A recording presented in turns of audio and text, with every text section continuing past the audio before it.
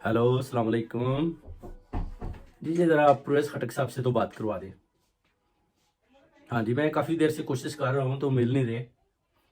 इधर ही हैं? हाँ जी, बात करवाएं। बोले जी, सैयद तस्नीम हैदर लंदन से बात करना चाहता है। जी खटक साहब, अस्सलाम वालेकुम। क्या हाल है जनाब? ठीक है। ये क्या हुआ है जी नौशहरा में, जो वो इतनी दुनिया बाहर आ गई है और आप कह रहे थे कि मैं तो पीटीआई को मैं तोड़ तोड़ दूंगा, तो ये क्या हुआ है? ये लोग किधर से आए हैं?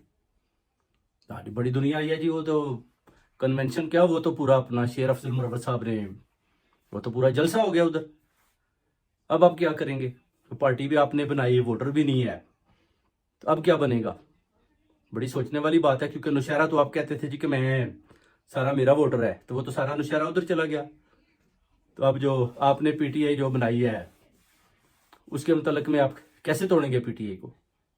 पार्लियामेंटेरियन पीटीआई की वजह से